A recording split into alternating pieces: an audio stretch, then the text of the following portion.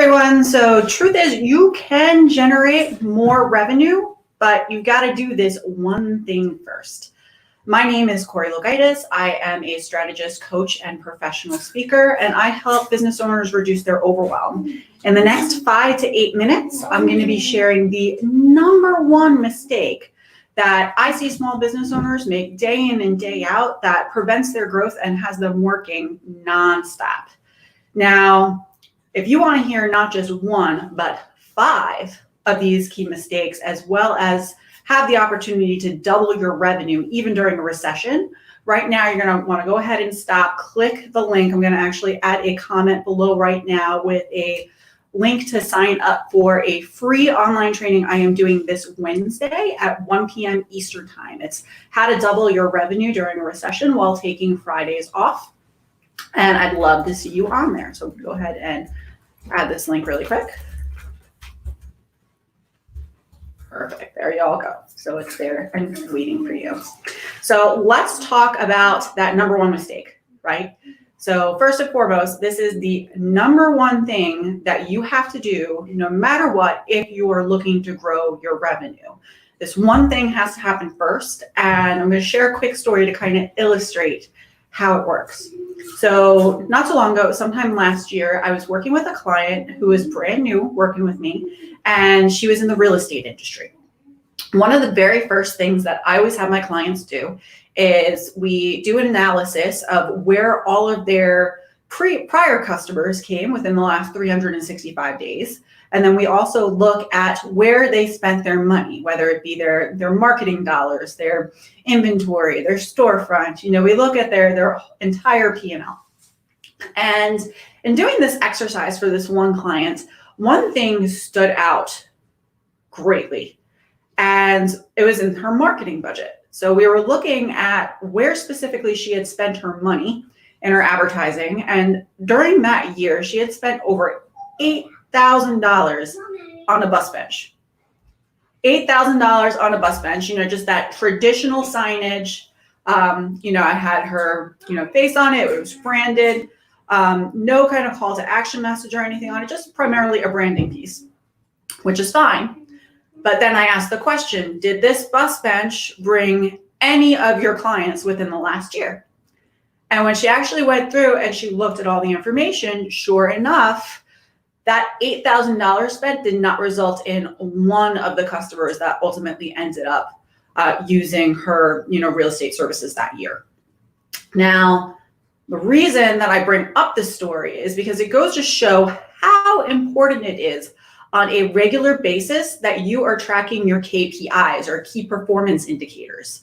Key performance indicators are basically the numbers behind your business. You need to be looking at, when you're spending marketing dollars, exactly how many customers you get on the other end as a result of that ad spend. You need to look at, as you're making sales calls, volume 10, 20, 30 a day, how many of those end up being a closed appointment, and then from there a closed sale. You have to actually break down each and every one of the actions that you are taking on a regular basis within your business and be able to generate a number on the other side and have that number in some way, shape, or form relate back to revenue generated for your business or closed customers.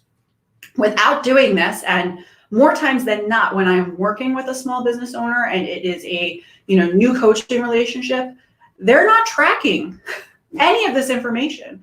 And it is so important that you begin to start doing that so that you can start looking at your business. And then from there, it's much easier to see the quick wins as opposed to constantly guessing and doing the work. So for example, with the client that I had mentioned earlier, with her bus benches, we were able to take that $8,000 that she was spending on bus benches, and we dumped all that marketing money into campaigns that we knew were already generating her closed clients, right? So we eliminated that unnecessary marketing expense and freed up cash flow that would have been spent obviously on that unproductive marketing.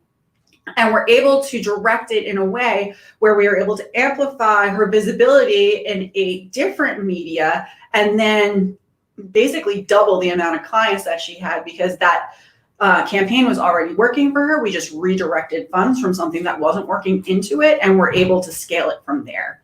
So super, super important. If you take anything away from this live today, I really, really hope it's this, that if you are looking to grow your revenue fast, first and foremost, you need to know what you are actually doing today with your money, with your investments and your day-to-day operations in your business, and know how those dollars are actually performing for you. Because if you do not have that information handy, it makes it very, very difficult for someone like me or another coach or a consultant to come in and, provide some insight as to why things aren't working in the direction that you want them to be working and what you need to be doing instead. So again, if you would like to learn, not just this one tip, but 5 of the key mistakes I see small business owners make day in and day out that keep them working nonstop and prevent them from hitting the revenue targets that they're looking for, I invite you to join me on Wednesday this week. That's May 20th, 1 p.m. Eastern time. And go ahead and grab the link in the comments below to sign up and save your spot today. All right, so thank you for joining. I'm going to go ahead and I see Kandahar is on. Hey, Kandahar. If anybody else has any questions quick before I log off and say goodbye, it doesn't look like I really got any. I will be checking the messages all day long today. So if you have any questions about what I talked about, definitely be sure to go ahead and drop me a comment and I will make sure that I respond. So I hope each and every one of you has a fantastic Monday. And I look forward to seeing you all on the free online training, How to Double Your Revenue While Taking Fridays Off in a Recession, this coming Wednesday. I'll see you soon. Take care.